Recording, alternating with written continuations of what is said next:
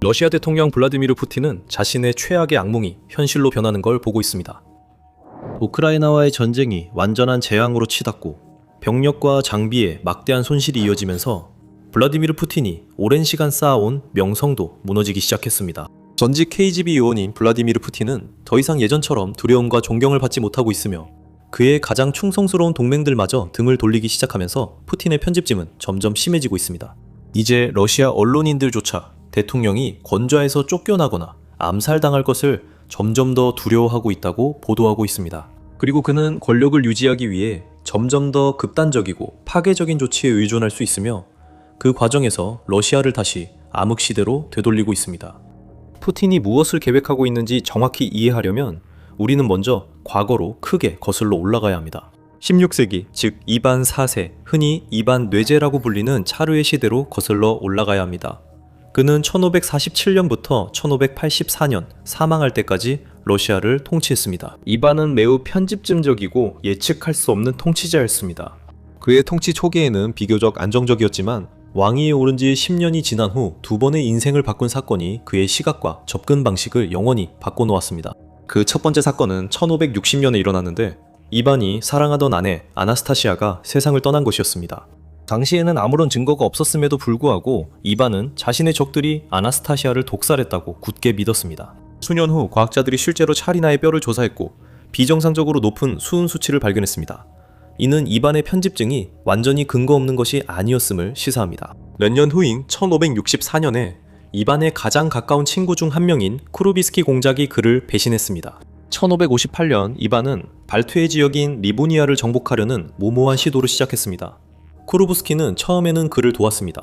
하지만 차르와 사이가 틀어지고 탄압을 두려워하게 된 쿠루비스키는 리투아니아로 망명했고 결국 폴란드 리투아니아 연합군을 이끌고 러시아군과 맞서 싸웠습니다.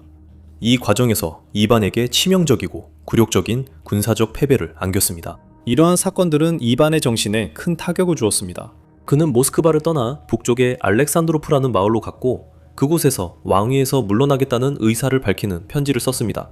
하지만 그가 남겨둔 귀족들과 성직자들로 이루어진 궁정은 그의 부재 속에서 효과적으로 통치하지 못했고 그에게 다시 생각해달라고 간청했습니다. 그는 동의했지만 한 가지 매우 중요한 조건을 내걸었습니다. 바로 자신에게 절대적인 권력을 부여해야 한다는 것이었고 여기에는 자신을 배신한 사람의 땅을 몰수하고 반역이 의심되는 사람을 처형할 수 있는 권한도 포함되어 있었습니다. 정정은 절박했기 때문에 이반의 조건에 동의했습니다. 이렇게 해서 오프리치니나가 시작되었습니다. 이는 러시아 역사상 어둡고 끔찍한 시기로 이반의 타고난 두려움과 편집증이 완전히 드러난 시기였습니다. 이것은 러시아를 두 개의 행정구역으로 나누는 것이었는데 그중 하나인 오프리치니나는 이반이 원하는 대로 완전히 통치했고 다른 하나는 귀족들의 통제하에 있었습니다. 오프리치니나에 대한 자신의 통제권을 확고히 하기 위해 이반은 러시아 최초의 비밀 경찰인 오프리치니키의 창설을 명령했습니다. 오프리치니키는 6,000명 규모의 사병으로 사실상 이반의 개인 경호원이자 집행자 역할을 했습니다. 이들은 검은 옷을 입고 이반을 잘못 쳐다보기만 해도 누구든 고문하거나 죽일 수 있는 무제한의 권한을 부여받았습니다. 이 비밀 경찰들은 곧 무시무시한 명성을 얻게 되었습니다. 오프리치니키가 근처에 있다는 소문만 들어도 주민들은 집을 버리고 도망칠 정도였습니다. 그 이유는 간단합니다. 오프리치니키는 매우 잔혹했습니다. 그들이 가장 즐겨 사용하던 처형 방법으로는 사람을 산채로 끓이는 것, 말뚝에 꽂아 죽이는 것, 혹은 말을 이용해 사지를 찢는 것 등이 있었습니다. 오프리치니키 장교들은 심지어 잘린 개의 머리를 안장에 꽂고 다니는 것으로도 유명했는데 이는 어디에서든 반역을 찾아내고 근절해야 한다는 그들의 책임을 상징하는 것이었습니다. 결국 이반은 자신의 권력을 오프리치니나의 기존 경계를 넘어 나라에서 두 번째로 큰 도시인 노브고로드까지 확장하고자 했습니다. 그는 도시 지도자들과 영향력 있는 시민들이 자신을 상대로 음모를 꾸민다고 확신해 1570년 피비린내 나는 노브고로드 포위를 명령했습니다. 성직자들은 잡혀가서 구타당해 죽임을 당했고 교회와 수도원 같은 종교 건물들은 약탈당했습니다. 상인, 귀족, 그리고 다른 관리들 또한 끔찍한 방법으로 고문당하고 살해당했으며 그들의 아내와 자녀들조차도 자비를 받지 못하고 많은 이들이 붙잡혀 근처 강에 던져졌습니다. 이 모든 잔혹함과 유혈 사태는 한 남자의 두려움과 불안에서 비롯된 것이었습니다. 오늘날로 넘어와 보면 과거의 메아리가 분명하게 드러납니다. 푸틴은 공식적으로 차르나 황제는 아니지만 확실히 그런 사람처럼 행동해온 역사가 있습니다. 그는 권력을 유지하기 위해 러시아의 법과 심지어 헌법까지도 여러 차례 무시하고 다시 써왔습니다. 그는 이반 뇌제처럼 이웃국가 침공을 명령하는 무자비함도 보여줬고, 이제는 이반에게 뇌제라는 별명을 안겨준 그 신경증적인 모습까지 드러내기 시작했습니다. 이것에는 세 가지 핵심적인 이유가 있습니다. 첫째, 그리고 가장 분명한 이유로 전쟁은 러시아에 극도로 불리하게 돌아가고 있습니다. 최신 추정에 따르면 러시아는 우크라이나에서 사망자 수십만 명을 포함해 총 100만 명이 넘는 사상자를 냈습니다. 러시아는 또한 탱크와 보병 전투 차량부터 값비싼 방공 시스템과 최첨단 레이더에 이르기까지 엄청난 양의 장비를 잃었습니다. 매달이 지날수록 크렘린 측 병력의 막대한 피해에 대한 보고가 계속 나오고 있으며 실제로 수만 명의 새로운 사상자가 발생하고 있습니다. 만약 러시아가 실제로 현장에서 중요한 성과를 내고 주요 도시와 마을을 점령하며 우크라이나의 방어선을 돌파하고 명확하고 불가피한 승리를 향해 나아가고 있다면 이런 피해는 그리 중요하지 않을 수도 있습니다. 하지만 그런 일도 일어나지 않고 있습니다. 오히려 러시아의 진격 속도는 많은 전선 지역에서 급적으로 느려졌고 수천 명의 병사들이 아주 작은 땅을 차지하기 위해 목숨을 잃고 있습니다. 일부 지역에서는 우크라이나군이 서서히 전세를 뒤집으며 빼앗겼던 땅을 되찾고 러시아군을 후퇴시키는 데에도 성공했습니다. 그 결과 러시아의 사상자 발생 속도가 마침내 충원 속도를 넘어섰고 러시아는 점점 더 병력을 보충할 만큼 충분한 신병을 모집하지 못하고 있습니다. 다시 말해 러시아군은 더 이상 확장되지 않고 오히려 줄어들고 있으며 이는 모든 것을 책임지고 있는 푸틴에게는 철저한 실패를 의미합니다. 두 번째 큰 문제는 경제적인 것입니다.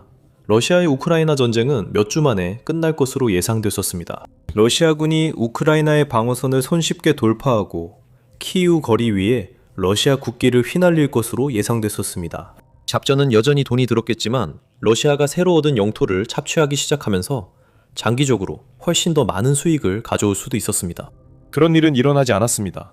대신 전쟁은 몇 년째 계속되고 있고 크렘린은 전쟁을 지속하기 위해 수십억 달러를 써야만 했습니다. 제재로 인해 헤아릴 수 없는 수입을 잃었고 최대 100만 명에 달하는 똑똑하고 숙련된 러시아인들이 나라를 떠나 다른 곳에서 새로운 삶을 시작하는 바람에 노동력 위기도 악화되고 있습니다. 전쟁이 계속되면서 나라의 재정적 부담은 더욱 커졌습니다. 러시아는 드론 제조와 같은 분야에 더 많은 비용을 써야 할 뿐만 아니라 막대한 모집 비용까지 부담해야 합니다. 또한 우크라이나의 드론 공격으로 인해 가장 중요한 인프라인 정유소, 송유관, 항구, 저장시설 등이 직접적인 경제적 타격을 입고 있습니다. 이러한 공격은 우크라이나의 국내 방위 산업이 강화되면서 더욱 빈번해지고 피해 규모도 커져 러시아에게 더 큰 손실을 안기고 있습니다. 이로 인해 러시아 국민들이 가장 직접적인 영향을 받았으며 일반 시민들은 삶의 질이 크게 하락하고 자동차 연료나 가족을 위한 식료품과 같은 것들에 적은 소득의 상당 부분을 더 많이 써야 하는 상황에 처하게 되었습니다. 마지막으로 푸틴이 공황 상태에 빠진 세 번째 큰 이유는 이번 전쟁이 그가 직접 힘들게 만들어온 러시아의 유능함과 우월성이라는 신화를 산산조각 냈기 때문입니다. 수년 동안 블라디미르 푸틴과 그의 최측근들은 러시아를 지구상에서 가장 강력한 국가 중 하나로, 미국 다음으로 두 번째로 강력한 군사력을 가진 나라로, 그리고 상상할 수 없을 정도의 힘과 영향력을 가진 나라로 명성을 쌓아왔습니다. 상대적으로 강한 국가들조차도 러시아의 위협을 두려워하게 되었고 이는 종종 그들이 크렘린이 원하는 대로 행동하게 만들었습니다. 많은 나라들도 자신들의 방위를 위해 러시아에 크게 의존했고 블라디미르 푸틴과의 관계를 강화하며 러시아 또는 소련의 전차, 차량, 항공기, 방어 시스템에 막대한 투자를 했습니다. 이 때문에 전쟁이 시작되었을 때 많은 분석가들은 러시아의 승리가 불가피하다고 예상했고 크렘린의 전쟁 기계가 무자비하게 우크라이나를 손쉽게 휩쓸 것이라고 생각했습니다. 하지만 실제로는 그 전쟁 기계가 고장난 잔해로 전락했고 50년 된 트랙터만큼이나 비효율적으로 겨우 움직이고 있습니다. 러시아 최고급 전차들조차 연기나는 잔해가 됐습니다. 러시아 공군은 막대한 이점을 안고 전쟁을 시작했음에도 불구하고 제공권을 장악하지 못했고 이른바 세계 최강이라는 러시아 육군도 거의 모든 목표 달성에 계속해서 실패하고 있습니다. 그 결과 크렘린이 주는 공포는 사라졌고 사람들은 더 이상 예전처럼 모스크바나 블라디미르 푸틴을 바라보지 않습니다. 이제 이 모든 것이 무엇을 의미하는지 알아보기 전에 이런 인사이트를 더 원하신다면 꼭 더 밀리터리 쇼를 구독해주세요. 저희는 매주 이렇게 자세히 분석해드립니다. 이제 우크라이나와의 전쟁 초기 단계에서 러시아 관리들은 대체로 지시에 따라가고 공개적으로 크렘린의 결정이나 블라디미르 푸틴의 실패로 여겨지는 점들을 비판하지 않았습니다. 하지만 시간이 지나면서 상황은 상당히 극적으로 변했고 점점 더 많은 고위 군 인사들과 모스크바 엘리트들이 여러 방식으로 불만을 표출하고 있습니다. 이러한 상황의 가장 극적인 예는 바그너 그룹의 반란이었습니다. 이 반란에서 블라디미르 푸틴의 가장 가까운 측근 중 한 명인 예브게니 프리고진이 그에게 등을 돌리고 심지어 잠시 동안 모스크바로 진군을 이끌기도 했습니다. 프리고진은 결국 이 일로 목숨을 잃었고 얼마 지나지 않아 매우 의심스러운 상황에서 비행기 추락 사고로 사망했습니다. 아무도 다음 프리고진이 되고 싶어 하지 않으며 푸틴을 그의 자리에서 몰아내려는 또 다른 주목할 만한 시도도 없었습니다. 동시에 대통령의 권력은 분명히 약화되었습니다. 한때 그를 숭배했던 강경 러시아 민족주의자들은 그를 겁쟁이라고 부르며 사임을 요구하고 있습니다. 그의 러시아 국민들 사이에서의 지지율은 역대 최저치로 떨어졌고 그동안 조용히 지지해왔던 부유한 올리가르이들과 충성스러운 측근들조차 한계에 다다르고 있다는 소문이 꾸준히 돌기 시작했습니다. 푸틴도 이 사실을 알고 있으며 입안 뇌제처럼 자신만의 편집증에 사로잡히기 시작했습니다. 우리는 2024년 말과 2025년 내내 그 첫 징후를 볼 수 있었는데 이때 대통령은 스탈린식 숙청을 단행하여 수많은 러시아 장군들과 고위 장교들, 장관들, 그리고 다른 엘리트들을 축출했습니다. 많은 이들이 부패 혐의로 체포되었고 다른 이들은 조용히 은퇴하거나 이상한 상황에서 그저 대중의 시야에서 사라졌습니다. 전 교통부 장관 로만 스타로보이트 등 일부 인물은 사망한 채 발견됐습니다. 이 모든 사건은 대통령의 불안한 심리 상태를 놀라울 정도로 드러냈습니다. 그는 체계적으로 경험 많고 한때 신뢰받던 인물들을 권력의 자리에서 제거하고 종종 능력은 떨어지지만 더 충성스러운 인물들로 그 자리를 채웠습니다. 그리고 이것이 푸틴의 공황을 진정시키는데 큰 도움이 된 것 같지 않습니다. 2026년 5월 보고서에 따르면 대통령은 자신이 언제든 살해당하거나 건좌에서 축출될 수 있다는 두려움을 품고 있다고 밝혔습니다. 이 보고서는 이름이 공개되지 않은 유럽연합 국가에 의해 작성되었으며 5월 4일 독립러시아 탐사 저널리스트 플랫폼인 임포턴트 스토리즈에 게재되었습니다. 보고서에 따르면 크렘린은 2026년 3월 이후로 경계태세를 강화했으며 푸틴 본인도 자신을 해치려는 음모가 있을까봐 점점 더 걱정하고 있다고 합니다. 좀 더 정확히 말하면 대통령은 모스크바 정치 엘리트들의 사주로 드론이 자신을 암살하는 데 사용될까봐 우려하고 있는 것으로 전해졌습니다.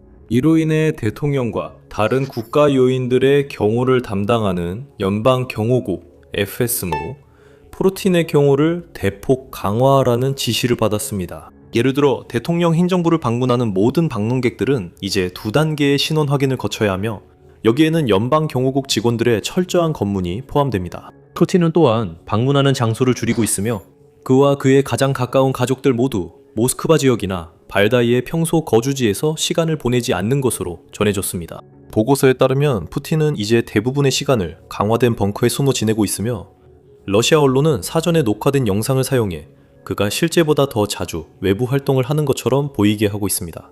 또한 모스크바의 특정 지역에서는 통신망이 주기적으로 차단되고 있으며 푸틴은 2025년에 여러 군사 인프라 시설을 방문했음에도 불구하고 2026년에는 어떤 군사 인프라 시설도 방문할 계획이 없는 것으로 알려졌습니다. FSO는 또한 대통령과 관련된 모든 정보와 언론 보도를 통제하고 조정하며 사실상 언론이 그에 대해 무엇을 말할 수 있고 말할 수 없는지를 결정하고 있습니다. 이 모든 것에 더해 푸틴 근처에서 일하는 정부 관리들과 직원들은 그의 앞에서 자신의 휴대전화를 사용하거나 인터넷에 접속하는 것이 허용되지 않습니다. 그들은 또한 대중교통 이용이 금지되어 있으며 이동할 때 오직 FSO 차량만 이용해야 합니다.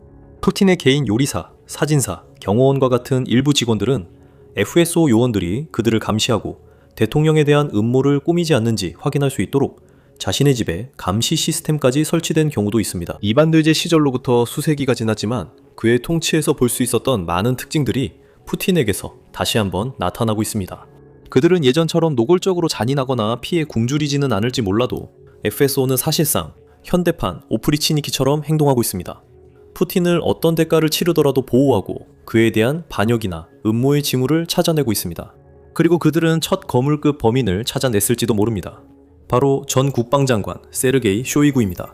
보고서에 따르면 현재 러시아 연방 안전보장회의의 서기로 재직 중인 쇼이구는 여전히 군 지휘부 내에서 큰 영향력을 행사하고 있으며 잠재적인 쿠데타와 연관되어 있다고 합니다. 이로 인해 쇼이구의 수석 차관 루슬란 살리코프가 3월 초 체포된 이유를 일부 설명할 수 있습니다. 이는 쇼이구의 입지를 약화시켰고 일부 전문가는 그가 다음 기소 및 숙청 대상이 될 수 있다고 봅니다. 한편 푸틴은 자신의 가장 충성스러운 동맹으로 여겨지는 러시아의 고위장성 10명에 대한 경호를 강화하라고 FSO에 지시했습니다. 여기에는 총참모부 제1부참모장인 니콜라이 보그다노프스키 상장과 총참모부 부참모장인 세르게이 이스타코프 상장이 포함됩니다. 요약하자면 대통령은 신뢰하는 소수의 인물만을 곁에 두고 있는 것으로 보이며 그 범위 밖의 사람들에 대해서는 점점 더 경계심을 드러내고 있습니다. 그리고 조금이라도 반대의 기미를 보이는 사람에 대해서는 기소와 처벌을 주저하지 않는 것 같습니다. 그가 이 길을 계속 간다면 일부 분석가들은 블라디미르 푸틴이 21세기판 오프리치니나를 초래할 수 있으며 이는 결국 그의 집권 기간의 종말, 어쩌면 그의 생명까지도 위협할 수 있다고 주장합니다. 전문가 중 한 명인 노만 아니인은 탐사 저널리스트이자 임포턴트 스토리스 창립자입니다. 그는 전쟁이 이제 전선이 아니라 러시아 보안기군의 여러 파벌이 약해지는 독재자의 왕자를 두고 벌이는 새로운 국면에 들어섰다고 주장합니다. 아니인은 앞으로 일어날 두 가지 시나리오를 제시하며 이들이 겹치거나 동시에 발생할 수 있다고 말합니다. 첫 번째는 푸틴이 자신의 FSO 집행자들과 국가 근위대에게 더 많은 권력을 계속 부여할 것이라는 점입니다. 이 국가 근위대는 심지어 아니인이 전례 없는 러시아 사회 탄압이라고 부르는 임무를 수행하기 위해 이란의 이슬람 혁명 수비대 IRGC와 유사한 조직으로 발전할 수도 있습니다. 이들은 모든 잠재적인 음모, 공모, 반란을 진압하는 역할을 맡게 됩니다. 아닌이 상상하는 두 번째 시나리오는 혼란의 시대입니다. 이 용어는 16세기 말부터 17세기 초까지 러시아에서 시작된 정치적, 사회적 위기의 시기를 일컫는 이름입니다. 이 시기는 정치적 무정부 상태, 내전, 외세의 침입, 기근 등이 뒤섞인 시기였으며 많은 역사가들은 이것이 이반 뇌제 또는 오프리친이나 정책의 직접적인 결과였다고 주장합니다. 그들은 푸틴이 점점 절박하고 편집증적으로 변해 나라 통제권을 지키려 수단과 방법을 가리지 않게 되자 역사가 반복될까 두려워합니다. 모든 징후가 보입니다. 푸틴은 단순히 관료들을 숙청하고 자신의 가장 충성스러운 세력을 주위에 결집시키는 것뿐만 아니라 소련 시절 KGB에 해당하는 현대의 연방보안국, 즉 FSB의 권한도 대폭 확대하고 있습니다. 한편 아직 거리에서 공개 처형이 기록된 적은 없지만 푸틴의 집행자들은 이미 무고한 민간인들을 체포하고 고문하기 시작했습니다. 예를 들어 2026년 2월에는 스베틀라나 사벨리에바라는 이름의 통역사가 우크라이나 군인과 사랑에 빠져 그를 만나려고 했다는 보도가 나왔습니다. 그녀는 붙잡혀서 자신이 저지르지 않은 범죄를 자백하게 만들기 위해 잔인하게 구타당했습니다. 우크라이나 군대에 합류하려 했다는 이유로 반역죄로 기소하려는 것이었습니다. 그녀는 테러, 반역, 극단주의와 같은 조작된 혐의로 유죄 판결을 받은 여성 정치범이 점점 늘어나고 있는 사례 중 한 명입니다. 러시아의 정치학자 블라디미르 파스토우프는 푸틴 정권이 시행하고 있는 억압과 통제의 수준이 소련 지도자 이오시프 스탈린이 대숙청 시기에 보였던 수준에 위험할 정도로 가까워지고 있다고 믿고 있습니다. 아르노는 한편 역사책을 훨씬 더 거슬러 올라가 보고 있습니다. 그는 만약 푸틴의 집행자들이 결국 등을 돌리기 시작한다면 이라고 말합니다. 일반 대중뿐 아니라 최고 권력층에게까지 등을 돌리게 되면 쿠데타와 새로운 혼란의 시대가 닥칠 위험은 더욱 현실이 될 것이라고 합니다. 푸틴은 러시아의 현대판 표트르 대제로 기억되길 원했습니다. 하지만 그는 새로운 이반 뇌제로 남게 될 가능성이 더 높습니다. 이제 이 영상을 통해 대통령의 극적인 몰락에 대해 더 자세히 알아볼 수 있습니다. 이 영상은 러시아가 어떻게 굴욕적인 전술적 패배로 향하고 있는지를 다룹니다. 또는 이 영상을 통해 역사책을 다시 살펴보며 러시아가 어떻게 세 번째 극적인 붕괴를 겪게 될지 알아보실 수 있습니다. 그리고 마지막으로 러시아 우크라이나 전쟁에 대한 더 많은 통찰력 있는 분석과 속보를 받아보시려면 채널을 꼭 구독해주세요.